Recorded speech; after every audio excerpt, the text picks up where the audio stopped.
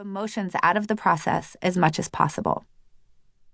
In 2002, thanks to my friend and super successful poker player Eric Seidel turning down a speaking engagement, a hedge fund manager asked me to speak to a group of traders and share some poker tips that might apply to securities trading. Since then, I have spoken to professional groups across many industries, looking inward at the approach I learned in poker, continually refining it, and helping others apply it to decisions in financial markets, strategic planning, human resources, law, and entrepreneurship. The good news is that we can find practical workarounds and strategies to keep us out of the traps that lie between the decisions we'd like to be making and the execution of those decisions. The promise of this book is that thinking in bets will improve decision-making throughout our lives. We can get better at separating outcome quality from decision quality, discover the power of saying, "I'm not sure," learn strategies to map out the future, become less reactive decision makers, build and sustain pods of fellow truth seekers to improve our decision process, and recruit our past and future selves to make fewer emotional decisions. I didn't become an always rational, emotion-free decision maker from thinking in bets. I still made and make plenty of mistakes. Mistakes, emotions, losing, those things are all inevitable because we're human. The approach of thinking in bets moved me toward objectivity, accuracy, and open-mindedness. That movement compounds over time to create significant changes in our lives. So this is not a book about poker strategy or gambling. It is, however, about things poker taught me about learning and decision-making. The practical solutions I learned in those smoky poker rooms turned out to be pretty good strategies for anyone trying to be a better decision-maker. Thinking in bets starts with recognizing that there are exactly two things that determine how our lives turn out: the quality of our decisions and luck. Learning to recognize the difference between the two is what thinking in bets is all about.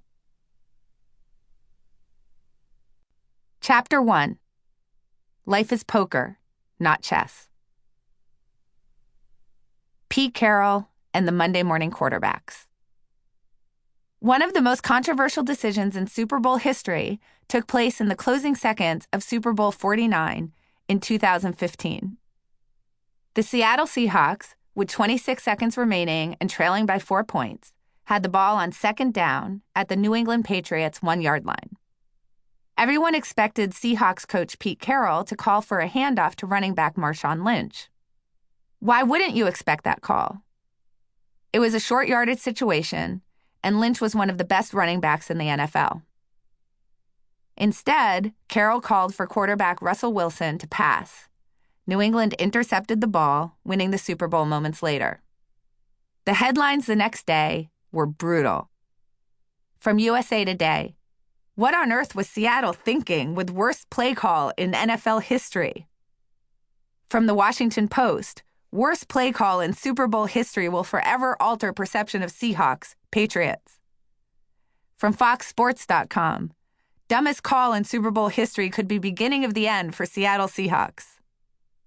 From the Seattle Times, "Seahawks lost because of the worst call in Super Bowl history." From the New Yorker, "A coach's terrible Super Bowl mistake."